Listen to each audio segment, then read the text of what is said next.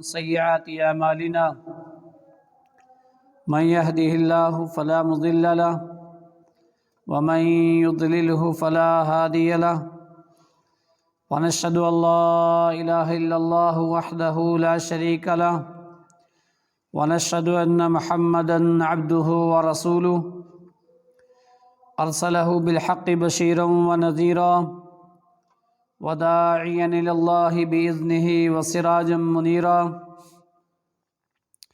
فإن أحسن الكلام كلام الله وخير الهدي هدي محمد صلى الله عليه وسلم وشر الأمور محدثاتها وكل محدثة بدعة وكل بدعة ضلالة وكل ضلالة في النار أعوذ بالله من الشيطان الرجيم بسم الله الرحمن الرحيم يا أيها الذين آمنوا اتقوا الله حق تقاته ولا تموتن إلا وأنتم مسلمون يا أيها الناس اتقوا ربكم الذي خلقكم من نفس واحدة وخلق منها زوجها وبث منهما رجالا كثيرا ونساء واتقوا الله الذي تساءلون به والأرحام إن الله كان عليكم رقيبا يا أيها الذين آمنوا اتقوا الله وقولوا قولا سديدا يصلح لكم أعمالكم ويغفر لكم ذنوبكم ومن يطع الله ورسوله فقد فاز فوزا عظيما يا أيها الذين آمنوا اتقوا الله وكونوا مع الصادقين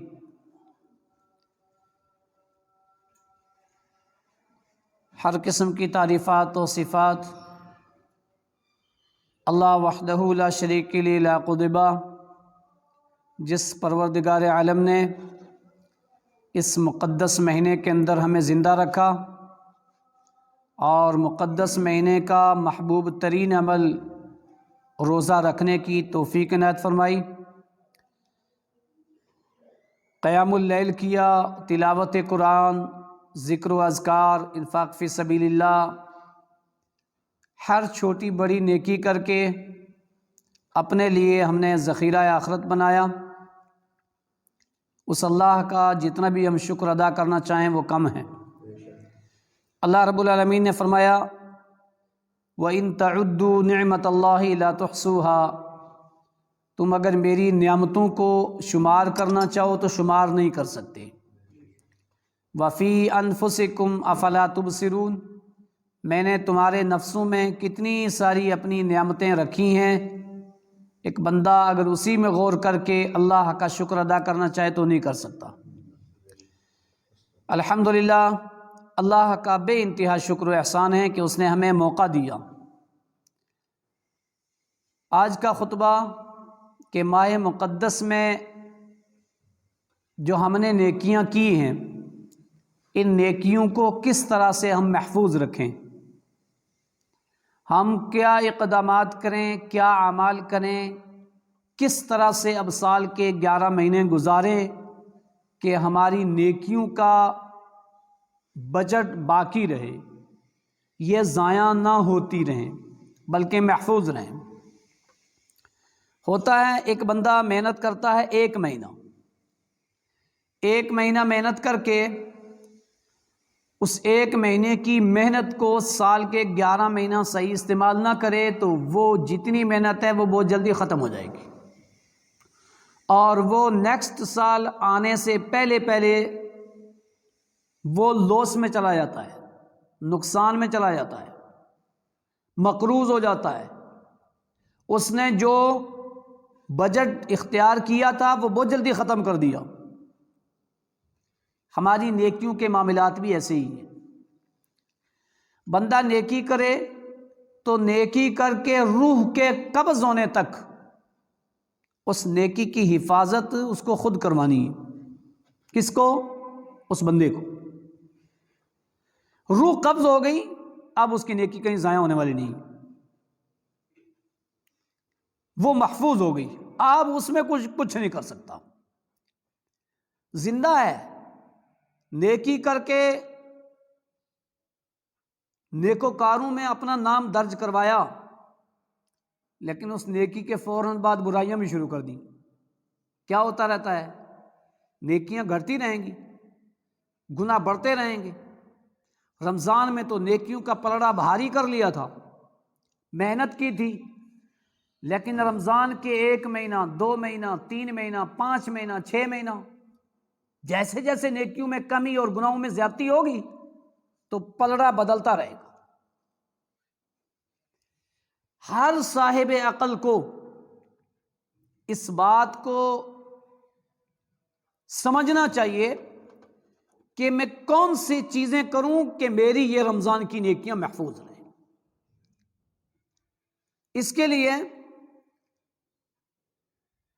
قرآن مجید کی جو میں نے آیت کریمہ سورہ توبہ کی پڑھی، یا ایھا الذین آمنوا اتقوا اللہ وکونوا مع الصادقین، اے ایمان والو تقوی اختیار کرنا، اور تقوی اختیار کرنے کے بعد سچے لوگوں کے ساتھ رہنا، کونوا مع الصادقین، سچوں کا ساتھ دینا۔ رمضان مبارک میں اکثر و بیشتر ہر مسجد میں، ہر جگہ، ہر وائس سے یہ آیت ہم سنتے ہیں، یا ایھا الذین آمنوا کتب علیکم الصیام کما کتب علی الذین من قبلکم لعلکم تتقون۔ روزے کا مقصد بتایا گیا، فائدہ بتایا گیا کہ اس کا فائدہ یہ ہے کہ تاکہ تم متقی بن جاؤ۔ پتہ کیا چلا؟ روزہ بندے کو متقی بنانے آتا ہے۔ روزے جیسی نیکی سے بندہ متقی بنتا ہے۔ اب متقی تو بنا رمضان میں، تقویٰ تو اختیار کیا رمضان میں، نیکی تو جمع کی رمضان میں، اس نیکی کو کس طرح سے برقرار رکھا جائے؟ اللہ رب العالمین نے سورہ توبہ میں کہا کہ نیکی کرنے کے بعد نیکوں کے ساتھ رہنا، بد کے ساتھ سے دور رہنا، توحید والوں کے ساتھ رہنا، مشرکوں سے دور رہنا، اتباع رسول والوں کے ساتھ رہنا، بدعتیوں سے دور رہنا، نماز قائم کرنے والوں کے ساتھ رہنا، بے نمازیوں سے دور رہنا، سچوں کے ساتھ رہنا، جھوٹوں سے دور رہنا، اعمال صالحہ کرنے والوں کے ساتھ رہنا، بدعمالیوں سے دور رہنا۔ تمہاری نیکی رمضان کی سیف، محفوظ، کچھ نہیں ہوگا اس کو۔ لفظ تقوی یہ لفظ وقایا سے بنا ہے، جس کا معنی کیا ہے؟ رکنا، بچنا۔ کس چیز سے؟ گناہوں سے رکنا، گناہوں سے اپنے آپ کو بچانا۔ جب بندہ گناہوں سے رک جائے گا، گناہوں سے اپنے آپ کو بچا لے گا تو نیکی سیف، اس میں لوس نہیں ہوگا۔ اور جب گناہوں سے نہیں بچائے گا اپنے آپ کو سال کے 11 مہینہ، گناہوں سے خود نہیں بچے گا تو جو نیکی جمع کی تھی اس میں کٹوتی ہوتی رہے گی، اس میں کٹوتی ہوتی رہے گی۔ نیکسٹ آیا رمضان تو پتہ چلا لوس میں چلے گئے، وہاں گناہ زیادہ اور نیکیاں کم۔ اور اگر سال کے 11 مہینے لفظ تقوی کو یاد رکھا کہ جو نیکی ہم نے کی ہے اس کو سیف رکھنا ہے، تو اس کا ایک ہی ذریعہ ہے کہ ہم تقوی اختیار کریں، اور تقوی وقایا سے ہے، جس کا مطلب ہے گناہوں سے بچنا۔ جس نے اپنے آپ کو گناہوں سے بچایا، گناہوں سے دور رکھا، اس کی نیکی محفوظ رہے گی۔ اب گناہوں سے دور رہنے کے لیے 2 چیزیں ہوتی ہیں۔ پہلی چیز کیا ہے؟ بندہ اس لیے گناہ سے دور رہتا ہے کہ لوگ کیا کہیں گے۔ مثلاً ایک چور ہے، چور نے چوری کرنے کی سوچی لیکن نہیں کر رہا ہے کہ لوگوں کو پتہ چل گیا تو بدنام ہو جاؤں گا۔ اب وہ چوری چھوڑی کیوں؟ لوگوں کے ڈر کی وجہ سے۔ وہ گناہ چھوڑا کیوں؟ لوگوں کے ڈر کی وجہ سے، بدنامت کی وجہ سے۔ اس کو تقوی نہیں کہیں گے، اس کو کیا کہیں گے؟ احتیاط پوشی۔ اس نے اس احتیاط کی وجہ سے کہ لوگ کیا کہیں گے گناہ چھوڑ دیا۔ لیکن ایک بندے نے اللہ کے ڈر کی وجہ سے گناہ چھوڑا، اس کو کیا کہیں گے؟ تقوی کہیں گے۔ جو بندہ اللہ سے ڈرتے ہوئے گناہ کے قریب نہ جائے، گناہوں کو چھوڑ دے، وہ کیا ہے؟ متقی ہے۔ اور جو بندہ گناہوں کو چھوڑے لوگوں کی وجہ سے، سوسائٹی کی وجہ سے، معاشرے کی وجہ سے، اس کو احتیاط پوشی کہیں گے، تقوی نہیں کہیں گے۔ لہذا پہلی بات یاد رکھیے کہ اگر ہم نے اپنی نیکیاں محفوظ رکھنی ہیں رمضان کی تو تقوی مت چھوڑیے، کیونکہ تقوی رکھیں گے تو نیکی محفوظ رہے گی، آپ گناہ کے قریب نہیں جائیں گے، اور گناہ کے قریب جائیں گے تو نیکی محفوظ نہیں رہے گی۔ اب آئیے سنیے کہ سب سے بڑا تقوی ہے کیا ہے؟ تقوی کس کا نام ہے؟ سب سے بڑا تقوی ہے کیا ہے؟ ہر مسلمان کو ہر ایک نیکی کرنا ضروری ہے؟ نہیں ہے۔ پھر سے جملہ بولوں، بہت اچھی بات ہے ہر ایک نیکی کرے، بہت اچھی بات ہے، لیکن ہر نیکی کرنا فرض نہیں ہے نا۔ ہر ایک کو زکوٰۃ نہیں ہے نا۔ کچھ نفلی عبادات ہیں، کرے گا تو ثواب، نہیں کرے گا تو گنہگار نہیں ہے نا۔ تو ہر نیکی کرنا فرض نہیں ہے، لیکن ہر گناہ سے بچنا فرض ہے۔ جملہ یاد رکھیے، ہر مسلمان کو ہر نیکی کرنا فرض نہیں ہے، لیکن ہر گناہ سے بچنا فرض ہے۔ اسی کا نام تقوی ہے، اسی کا نام کیا ہے؟ تقوی ہے۔ اگر ہم اس پر کنٹرول کر لیں کہ ہمیں ہر گناہ سے اپنے آپ کو بچانا ہے تو ایٹومیٹک متقی بن جائیں گے۔ ہم متقی بن جائیں گے تو کیا ہوگا؟ نیکی محفوظ رہے گی، اور جب تک تقوی نہیں ہوگا کوئی نیکی محفوظ نہیں رہتی ہے، نہ وہ نیکی بغیر تقوی کے قبول ہوتی ہے۔ اللہ رب العالمین نے سورہ مائدہ کے اندر کہا وَاتْلُ عَلَيْهِمْ نَبَأَ ابْنَيْ آدَمَ بِالْحَقِّ، میرے نبی اپنی امت کو آدم کے دو بیٹے حابیل اور قابیل کا واقعہ پڑھ کر کے سنا دیجیے۔ اذ قربا قربانا، جب دونوں نے قربانیاں پیش کی تو کیا ہوا؟ ایک کی قربانی قبول ہوئی، دوسرے کی نہیں ہوئی۔ جس کی ہوئی وجہ بتائی کیوں؟ انما یتقبل اللہ من المتقین، کہ میں متقیوں کی قربانی قبول کرتا ہوں، جو متقی نہیں اس کا عمل قبول نہیں ہوتا۔ لن ینال اللہ لحومها ولا دماؤها ولکن ینالہ التقوی منکم، قربانی کے گوشت اور خون نہیں چاہیے، مجھے تقوی چاہیے۔ تو تقوی کے بغیر کوئی بھی عبادت قابل قبول نہیں ہوتی ہے۔ اور تقوی سب سے بڑا یہ ہے کہ بندہ اپنے نفس پر، اپنی خواہشات پر، اپنے جسم پر، اپنی زبان پر، اپنے کانوں پر، اپنے آنکھوں پر ہر قسم کے گناہ سے تالا لگا لے، یہ ہے متقی۔ اب سب سے بڑا تقوی کیا ہے؟ سب سے بڑا تقوی، آئیے ایک حدیث سنیے۔ عن انس بن مالک رضی اللہ عنہ قال قرأ عند النبي صلی اللہ علیہ وسلم وما تشاءون الا ان يشاء الله هو اهل التقوى واهل المغفرة، فقال النبي صلی اللہ علیہ وسلم يقول الله عز وجل انا اهل ان اتقى ان يجعل معي الها آخر ومن اتقى ان يجعل معي الها آخر فهو اهل لان اغفر له، رواہ احمد فی مسندہ، مسند احمد کی روایت، انس بن مالک راوی حدیث، وہ فرماتے ہیں قرآن مجید کی یہ آیت کریمہ پڑھی گئی وما تشاؤون الا ان یشاء اللہ هو اہل التقوی واہل المغفرہ، اہل تقوی ہی اس لائق ہیں کہ ان کو بخش دیا جائے۔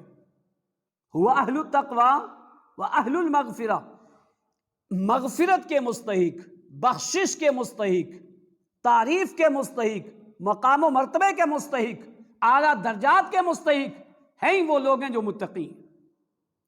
جب یہ آیت کریمہ پڑھی گئی تو اس وقت اللہ کے نبی صلی اللہ علیہ وسلم نے ایک بات کہی صحابہ اکرام سے، کیا کہا؟ حدیث قدسی جس کے الفاظ بھی اللہ تعالیٰ کے، کیا فرمایا؟ یقول اللہ عز وجل، اللہ رب العالمین فرماتا ہے، کیا فرماتا ہے؟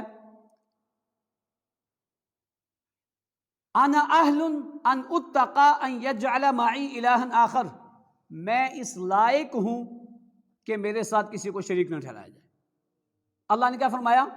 میں اس بات کے مستحق ہوں کہ میرے ساتھ نہ میری صفات میں، نہ میرے افعال میں، نہ میری عبادات میں کسی کو شریک ٹھہرایا جائے، میں اس لائق ہوں۔ سارے مسلمان یہ مانتے ہیں نا؟ جی سارے مسلمان، ہر کلمہ گو یہ کہتا ہے کہ اللہ رب العالمین کی ذات اس بات کا مستحق ہے اس کی صفات میں کسی کو شریک نہ ٹھہرایا جائے، اس کی عبادت میں کسی کو شریک نہ ٹھہرایا جائے، اس کے معاملات اور اس کے ارادے اور اس کے اختیارات میں کسی کو شریک نہ ٹھہرایا جائے۔ فرمایا جو بندہ ایسا ہو وہ ہوا اہل، تو وہ اس بات کا مستحق ہے لأن اغفر لہ، کہ میں بھی اس کو بخش دوں۔ اللہ نے کیا فرمایا کہ جو بندہ یہ عقیدہ رکھے کہ میرا رب، میرا خالق، میرا پالنہار، میرا روزی رساں اس بات کا مستحق ہے کہ اس کے ساتھ میں کسی کو شریک نہ ٹھہراؤں، جس کا یہ زبان سے اقرار، دل سے یقین اور جوارح سے ایسا ہی عمل ہو، تو اللہ رب العالمین نے کیا بینیفٹ اس کو سنایا، کیا انعام سنایا، اس کو کیا پروانہ سنایا، وَهُوَ أَهْلٌ لِأَنْ أَغْفِرَ لَهُ، تو پھر وہ میرا بندہ بھی اس بات کا مستحق ہے کہ میں اس کو بخش دوں۔ تو پتہ کیا چلا؟ سب سے بڑا تقویٰ کیا ہے؟ توحید۔ سب سے بڑا تقویٰ توحید۔ توحید کے بغیر نہ تقویٰ ہے، توحید کے بغیر نہ نماز ہے، توحید کے بغیر نہ روزہ ہے، توحید کے بغیر نہ لیلۃ القدر کی عبادت ہے۔ کوئی بھی عبادت بغیر توحید کے نہیں ہے، جیسے کوئی بھی نماز بغیر وضو کے نہیں ہے، اسی طرح سے کوئی بھی عبادت توحید کے بغیر قبول نہیں۔ لہذا سب سے بڑا تقویٰ توحید ہے۔ تقوی کی فضیلت کیا ہے؟ تقوی کی فضیلت ایک حدیث سنیے، ان معاذ بن جبل رضی اللہ عنہ قال لما بعثه رسول اللہ صلی اللہ علیہ وسلم الى الیمن خرج ومعه رسول اللہ صلی اللہ علیہ وسلم انا راکب ورسول اللہ صلی اللہ علیہ وسلم یمشی تحت راحلتی ویوصینی فلما فرغ قال یا معاذ عسى اللہ تلقانی بعد عامی هذا وإذا تمر بمسجدی وقبری فبكى معاذ جشعا لفراق رسول اللہ صلی اللہ علیہ وسلم ثم التفت وأقبل بوجهه إلى المدینہ فقال رسول اللہ صلی اللہ علیہ وسلم یا معاذ المتقون من كانوا وحيث كانوا معي، المتقون من كانوا وحيث كانوا۔ مسند احمد کی روایت، حضرت معاذ بن جبل رضی اللہ تعالیٰ عنہ فرماتے ہیں کہ جب مجھے نبی اکرم صلی اللہ علیہ وسلم نے یمن کی طرف داعی بنا کر کے بھیجا کہ آپ جاؤ یمن والوں کو پہلے توحید کی دعوت دو، پھر نماز کی دعوت دو، پھر روزہ، زکوٰۃ اور حج بتاؤ، پوری ٹریننگ دے کر کے آپ کو ایسا ایسا کرنا ہے۔ اور جب گھر سے نکلے اور جہاں سے آپ کو واپس آنا تھا اس راستے میں چھوٹی چھوٹی وصیتیں معاذ بن جبل سے کرنے لگے۔ حضرت معاذ بن جبل کیا کہتے ہیں کہ جب ہم وہاں سے نکلے نا تو انا راکب و رسول اللہ یمشی تحت راحلتہ، میں تو سواری پر سوار تھا، نبی اکرم صلی اللہ علیہ وسلم سواری کے ساتھ پیدل چل رہے تھے، میں سوار اور آپ ساتھ میں آہستہ آہستہ چل رہے ہیں، یوں سینی مجھے وصیت کر رہے ہیں۔ جیسے ایک بڑا آدمی کسی کو کہیں روانہ کر رہا ہے اور اس کو خاص خاص پوائنٹ، خاص خاص ٹپس، خاص چیزیں بتاتا ہے کہ دیکھ تو سفر میں جا رہا ہے، یہ یاد رکھنا، اس سامان کا خیال رکھنا، اس پیسے کا خیال رکھنا، یہاں جا کر کے یہ کرنا، وہاں جا کر کے یہ کرنا۔ واللہ باپ بیٹے کو بھی ایسے نہیں کر سکتا۔ اور قرآن نے نبی رحمت صلی اللہ علیہ وسلم کا یہ انداز بیان کیا ہے کہ عزیز علیہ ما عنتم حریص علیکم بالمؤمنین رؤوف الرحیم۔ باپ بیٹے کے لیے اتنا حریص اور مہربان نہیں ہوتا جتنا نبی اپنے امت اور امت میں خاص طور سے مسلمانوں کے لیے ہوتا۔ ایسا نبی، اللہم صلی علی محمد وعلی آل محمد کما صلیت علی ابراہیم وعلی آل ابراہیم انک حمید مجید۔ واللہ امام الانبیاء ایسا اس سے پہلا بھی کوئی نبی نہیں گزرا ہے، ساری امت کے لیے اتنا شفیق۔ اسی شفقت کے پس نظر اپنے صحابی کو چھوٹی چھوٹی وصیت کر رہے ہیں، کہہ رہے ہیں یسرو ولا تعسر، تم شہر سے جا رہے ہو، تم یمن جاؤ گے، وہ دیہاتی لوگ ہیں، وہاں کا لب و لہجہ کچھ اور ہے، وہاں کا انداز کچھ اور ہے، آسانیاں پیدا کرنا، دشواریاں نہیں، آسانیاں پیدا کرنا، دشواریاں نہیں۔ واللہ ہم نے ایک تو دین میں کٹوتی بھی کی، زیادتیاں اور کمیاں بھی کی، اور دشواریاں کر کے لوگوں کے لیے ڈالتی۔ اور دین لا یکلف اللہ نفسا الا وسعها، ہمارے خالق نے کہا میں نے اپنے بندوں پر وہ بوجھ ڈالا ہی نہیں ہے جس کو وہ کر ہی نہ سکتے ہو۔ یہ دین آسان ہے، اس کو ہم نے مشکل بنایا ہے، اس کو ہم نے ایسا کیا ہے اور کہا آسانیاں پیدا کرنا۔ اب آسانیوں سے مراد یہ نہیں کہ جیسے جیسے لوگ تجھے منوائیں گے ویسے ماننا، نہیں، دین میں کمپرومائز نہیں، توحید کے معاملات میں، اتباع رسول کے معاملات میں، نماز کے طور طریقے میں، عبادات کے طور طریقے میں کمپرومائز نہیں، ویسے آسانیاں اچھے انداز سے سمجھانا، پیار سے سمجھانا، آج نہیں تو کل، کل نہیں تو پرسوں، بار بار سمجھانا۔ آپ شہری ہو، وہ دیہاتی ہیں، ان کے انداز کچھ اور ہے، تمہارا کچھ اور ہے، یہ چھوٹی چھوٹی وصیتیں کہہ رہے ہیں۔ جب اللہ کے نبی صلی اللہ علیہ وسلم راستے کے جس جگہ سے واپس آنے لگے نا، اس جگہ پہ مجھے ایک بات کہی، کیا کہا؟ معاذ، شاید میری اور تیری یہ آخری ملاقات، اب تو آئے تو میری مسجد سے یا میری قبر سے گزرے۔ یہ نبی نے اپنی زبان کی مبارک الفاظ سے اپنے لیے قبر کا جملہ استعمال کیا، بس یہ سننا تھا، کیونکہ ہم کتنے دعوے کریں نا کہ ہم رسول اللہ کے بہت چاہنے والے ہیں، بہت محبت کرنے والے ہیں، کسی صحابی سے زیادہ نہیں ہو سکتی۔ اتنا سننا تھا تو آنکھوں میں فر فر آنسو، معاذ بن جبل کے حدیث کا الفاظ ہے، فبکا معاذ جشعا لفراق رسول اللہ صلی اللہ علیہ وسلم، رسول اللہ کی جدائیگی کی سنی تو رونا شروع کر دیا۔ آپ بتاؤ، آپ اپنے کسی بیٹے کو بھیجو کہیں اور اس سے کہو کہ بیٹا شاید تو آئے تو میں مجھ سے ملاقات نہ ہو، تو بیٹا کہے گا میں جاتا ہی، کہے گا نا، وہ یہ کہے گا میں نہیں جاتا۔ لیکن واللہ نبی کا فرمان تھا نا، نبی کے فرمان کو نہ ماننا سب سے بڑی گستاخی ہے۔ آج کیا ہوتا ہے، ہم نبی کو مانتے ہیں، نبی کی نہیں مانتے، ہم محمد رسول اللہ صلی اللہ علیہ وسلم کو ادب و احترام کرتے ہیں، مانتے ہیں، لیکن ان کے فرامین، ان کے قوانین، ان کی باتیں ان کو نہیں مانتے۔ حضرت معاذ روئے بھی، لیکن یہ نہیں کہا کہ میں اب نہیں جاؤں گا۔ میں نے کیا کہا، ہم ہوتے نا کہ اچھا میں آؤں گا، میری ماں سے میری ملاقات نہیں ہوگی، میں ماں باپ کی مثال دے رہا ہوں، اور ماں باپ سے آگے ہوتے ہیں نبی، اللہ کی ذات کے بعد النبی اولا بالمؤمنین من انفسہم، نبی اس بات کا زیادہ مستحق ہے کہ تمہاری جانوں سے بھی تمہیں زیادہ پیارا ہو، تو ماں باپ سے آگے کیوں نہیں ہوں گے بھائی؟ حضرت معاذ نے کہا نہیں جاؤں گا، روئے۔ اللہ کے نبی پھر متوجہ ہوئے معاذ کی طرف، اور حضرت معاذ سے کہا معاذ ٹینشن نہ لو، اور ایک بات سنو، کیا؟ المتقون من کانوا وحیث کانوا معی، معاذ ٹینشن نہ لو، متقی جو کوئی بھی ہو، جس زمانے کا، جہاں کہیں کا بھی ہو، من کانوا وحیث کانوا، جو کوئی بھی ہو، جہاں کہیں کا بھی ہو، جس زمانے کا بھی ہو، وہ قیامت کے دن میرے ساتھ ہوگا۔ بس یہ جملہ یاد رکھنا، میری جدائیگی کی وجہ سے تمہیں جو دکھ اور صدمہ پہنچا تم روئے، لیکن یہ جملہ یاد رکھنا، تمہیں میری رفاقت نصیب ہوگی بروز قیامت، لیکن تقویٰ کو نہ چھوڑنا۔ کیا اللہ کے نبی نے کہا کہ نہیں نہیں میرے صحابہ ہی میرے ساتھ رہیں گے؟ ایسا تو نہیں کہا نا۔ کون سا جملہ کہہ دیا؟ دنیا کے اختتام تک جس جگہ کا جو کوئی بھی متقی تقویٰ ہونا چاہیے میرے ساتھ رہے گا۔ یہ تقویٰ کا سب سے بڑا فائدہ ہے۔ آئیے، رمضان نے ہمیں تقویٰ دیا ہے، روزے کا مقصد بتایا نا، لعلکم تتقون، ہمیں ٹریننگ دی قیام اللیل کروا کے، ہمیں ٹریننگ دی صبح صادق سے لے کر غروب آفتاب تک بھوک برداشت کرنے کی، ناجائز خواہشات سے رکنے کی، بد بولنے سے رکنے کی، بد سننے سے رکنے کی، برا دیکھنے سے رکنے کی، پوری ٹریننگ دے کر کے رمضان متقی بنا کر کے چلا گیا۔ اور لاسٹ میں بھی کیا کہہ کے چلا گیا؟ آؤ اس کا پورا پورا بدلہ لینے کے لیے کیا کرو؟ صدقۃ الفطر ادا کرو۔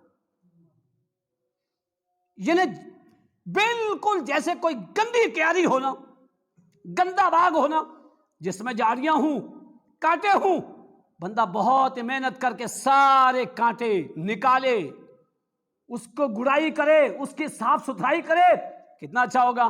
اب کیا تہیہ کرتا ہے؟ یار 2 سال سے، کئی سالوں سے یہ خراب تھا، اب صحیح کر دیا، اب اس میں گندگی نہیں ہونے دوں گا۔ یہی ہوتا ہے نا، گندگی نہیں ہونے دیتا ہے۔ یہ رمضان ساری گندگیاں ہماری ختم کر گیا تھا، اور اب اس کی صفائی، اس کیاری کو 11 مہینہ صاف رکھنا، شیطان 11 مہینے قید نہیں ہوں گے، جہنم کے دروازے اب 11 مہینے بند نہیں ہوں گے۔ جو موقع رب العالمین نے دیا تھا شیطانوں کو قید کر کے، جیسے کوئی آدمی کسی کتے کو باندھ دے تو اب بے خطرہ بندہ جاتا ہے جی کتا باندھا ہوا ہے، ڈر نہیں ہے نا، اور نہیں کتا کھلا ہے تو جائے گا نہیں جلدی جلدی، کتا کھلا ہے۔ رب العالمین نے سارے سرکش کتوں کو، شیاطینوں کو قید کیا، لے یا باغی الخیر اقبل و یا باغی الشر اقصر، لے اب آگے بڑھ، اب آگے بڑھ، اب کرنے کی موقع دیا نے 1 مہینہ، وہ مہینہ چلا گیا۔ خوش نصیب ہوں گے جس نے اس غنیمت کے مہینے کو غنیمت جان کر کے انتھک محنت کی ہوگی، تلاوت قرآن، قرآن و حدیث کو سمجھنا، قیام اللیل، روزہ، اتباع رسول، دعا، یہ ساری چیزیں کی ہوں گی۔ اللہ کے بندو اب ہمیں کیا کرنا ہے؟ سیف رکھنی ہے۔ وہ کس سے رہیں گی؟ وہ تقوی سے رہیں گی، کبھی بھی گناہوں کے قریب نہ جانا اور فرائض کو نہ چھوڑنا، ہماری نیکی کیا ہوگی؟ محفوظ رہے گی۔ دوسری بات، قرآن میں ایک آیت اکثر و بیشتر کیا وَاعْتَصِمُوا بِحَبْلِ اللَّهِ جَمِيعًا، یہاں سے سنتے ہیں نا ہم، میں سمجھتا ہوں اس آیت کو پچھلے حصے سے پڑھنا چاہیے، پچھلا جملہ اس سے جڑ رہا ہے۔ وہ کون سا ہے؟ یا ایھا الذین آمنوا اتقوا اللہ حق تقاتہ ولا تموتن الا وانتم مسلمون واعتصموا بحبل اللہ جميعا۔ یا ایھا الذین آمنوا اتقوا اللہ، ایمان والو اللہ سے ڈرنا، تقوی اختیار کرنا، ولا تموتن الا وانتم مسلمون، ایسا تقوی اور ایسا رہنا کہ تمہارے پاس موت آئے تو تم اللہ کے مطیع اور فرمانبردار ہو، تم رسول اکرم صلی اللہ علیہ وسلم کے مطیع اور فرمانبردار ہو، پکے سچے مسلمان ہو، تب موت آئی ہے۔ تقوی اختیار کرنا۔ پھر کیا کہا؟ وَاعْتَصِمُوا بِحَبْلِ اللَّهِ جَمِيعًا، اللہ کی رسی کو مضبوطی سے تھام کر کے رکھنا۔ اور رسی، قرآن اور حدیث کا نام ہے رسی۔ حبل اللہ سے مراد قرآن اور حدیث، اور دو ہی چیز مل کر کے جب بٹتے ہیں تو رسی بنتی ہے۔ ایک بل چڑھے گی نا تو رسی نہیں بنے گی۔ ہم کہیں صرف قرآن کو لیں گے، کبھی مسلمان نہیں ہو سکتے۔ ہم کہیں صرف حدیث کو لیں گے، کبھی مسلمان نہیں ہو سکتے۔ حدیث کو چھوڑ کر کے ہم قرآن کو قرآن ہی نہیں ثابت کر سکتے جی، قرآن کو چھوڑ کر کے ہم مسلمان ہو ہی نہیں سکتے۔ یہ دونوں چیزیں ہیں۔ قرآن نے کہا جب نماز کے لیے بلایا جائے دوڑ پڑو، کہاں کیسا بلایا جائے؟ قرآن میں کئی الفاظ نہیں، اللہ اکبر، اللہ اکبر، اشہد ان لا الہ الا اللہ، اشہد ان محمد رسول، ہے ہی نہیں نا۔ لیکن بلانے کا تو کہا ہے، تو بلائیں کیسے؟ اب کہاں دیکھیں، کس گائیڈ، کس کتاب میں دیکھیں؟ وہ حدیث میں ملے گا۔ لہٰذا اس رسی کو مضبوطی سے پکڑنا ہے، اللہ سے ڈرنے کے بعد اس کو مضبوطی سے پکڑنا، اور جب یہ دو چیزیں ہوں گی تو واللہ تقوی کہیں نہیں جائے گا۔ جب ہم ان دونوں چیزوں کو چھوڑ دیں گے، ان کے چھوڑنے سے یا دونوں میں سے کسی ایک کے چھوڑنے سے تقوی حاصل ہو ہی نہیں سکتا۔ ہر مسلمان کا محور عقیدت صرف قرآن ہونا چاہیے، مرکز عقیدت صرف قرآن ہونا چاہیے، اور محور عقیدت صرف رسول اللہ کی ذات۔ ہماری اتباع صرف رسول اللہ کی اتباع ہونی چاہیے، ہمارے طور طریقے رسول اکرم صلی اللہ علیہ وسلم کا اسوہ ہونا چاہیے، ہماری عبادات رسول اللہ کا طریقہ ہونا چاہیے، ہمارے معاملات، ہماری خوشیاں، ہماری غمیاں، ہمارا اٹھنا، ہمارا بیٹھنا، ہمارے روزے رسول اللہ صلی اللہ علیہ وسلم کے طریقے کے مطابق، قرآن کے مطابق، تو تقوی کہیں نہیں جائے گا۔ واللہ یہ تقوی کا فائدہ، جو بندہ بھی متقی ہوگا قیامت میں اللہ کے نبی صلی اللہ علیہ وسلم کے ساتھ ہوگا، اور قرآن اور حدیث دونوں کو جس نے مضبوطی سے پکڑے رکھا انشاءاللہ اس کا تقوی کہیں نہیں جائے گا۔ جس نے چھوڑ دیا تقوی محفوظ نہیں رہے گا۔ تقوی کے 2-3 فائدے بڑے بڑے بتا دوں میں۔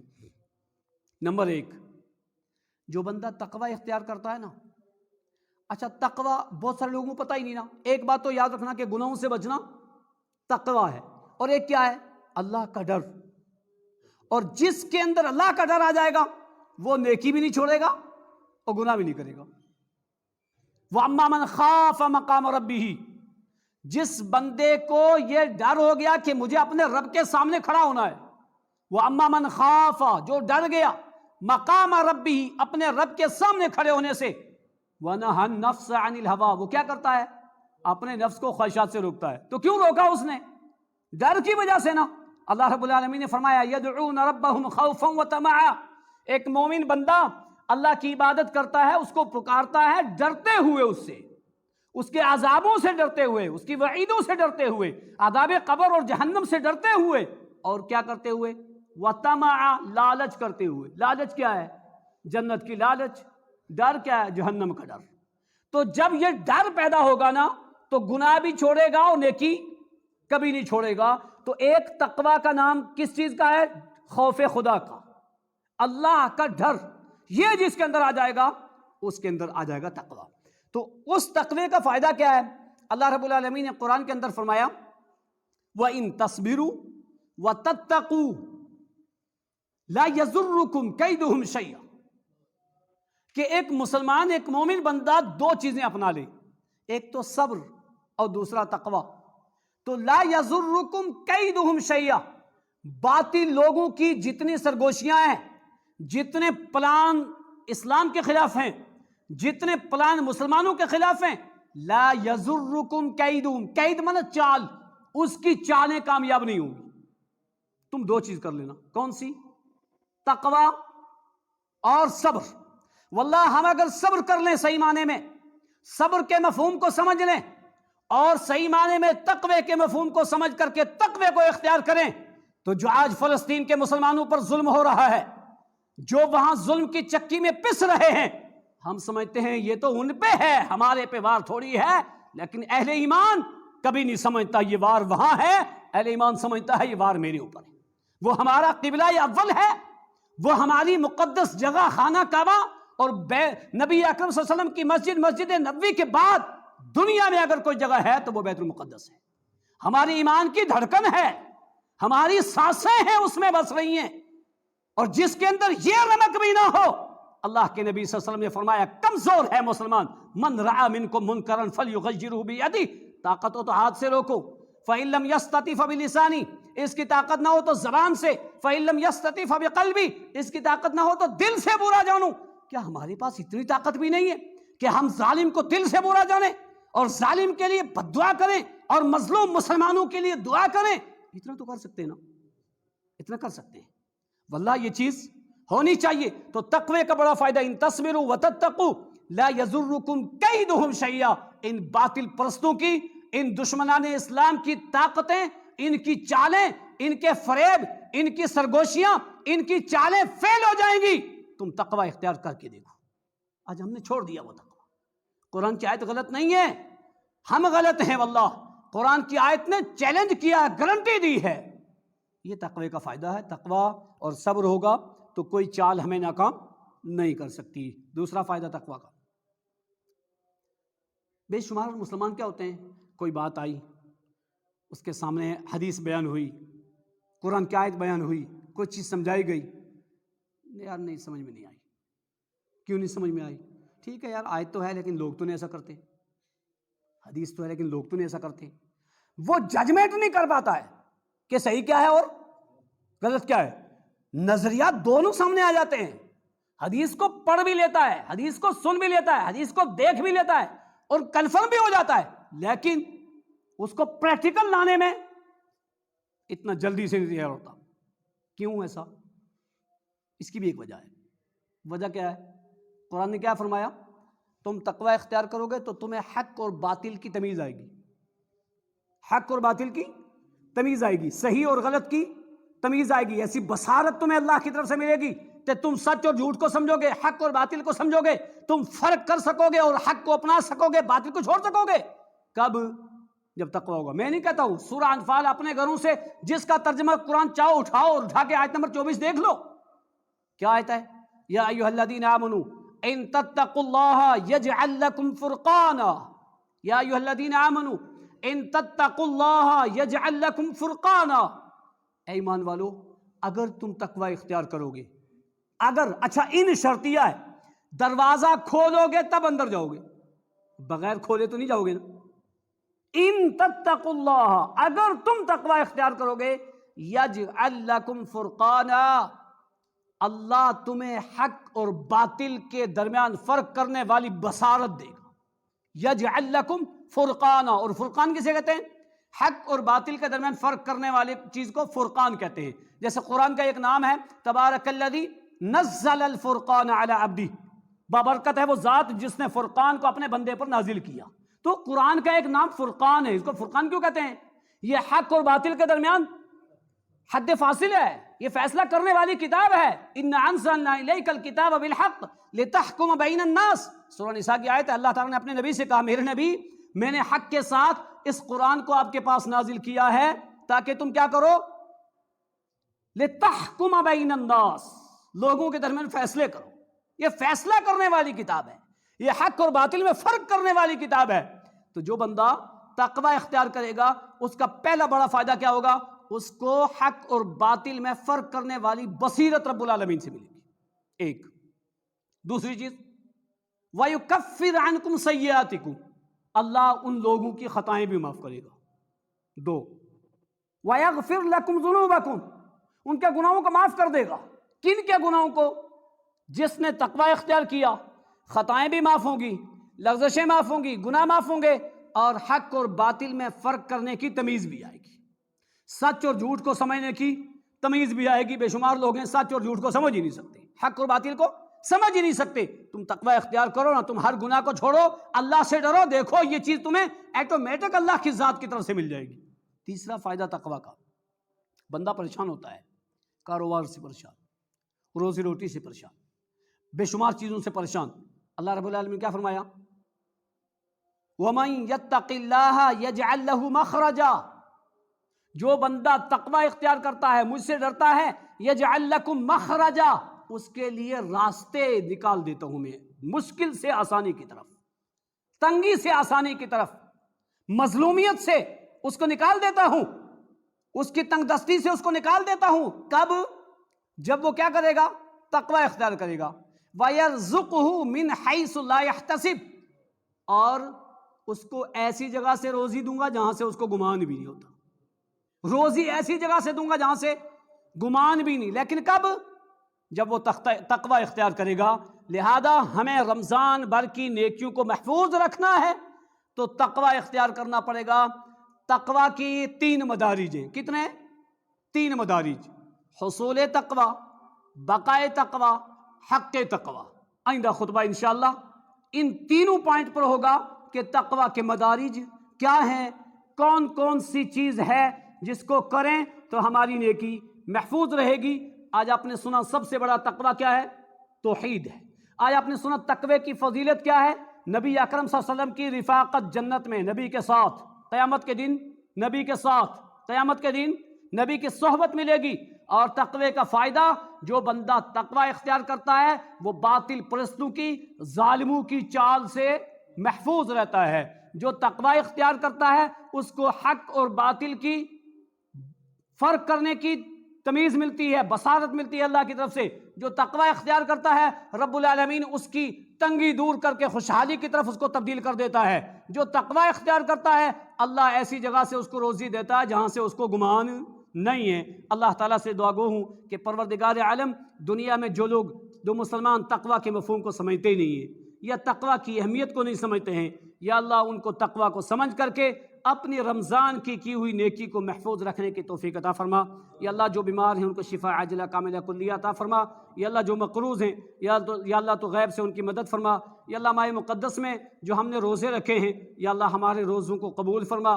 یا اللہ ہمارے قیام اللیل کو قبول فرما. یا اللہ ہمارے انفاق فی سبیل اللہ کو قبول فرما. یا اللہ ہماری تلاوت کو قبول فرما. یا اللہ ہر چھوٹی بڑی نیکی کو جو ہم نے رمضان میں کی ہے یا اللہ تو اس کو شرف قبولیت سے نواز. یا اللہ ان نیکیوں کو محفوظ رکھنے کی توفیق عطا فرما. ربنا تقبل منا انک انت السمیع العلیم.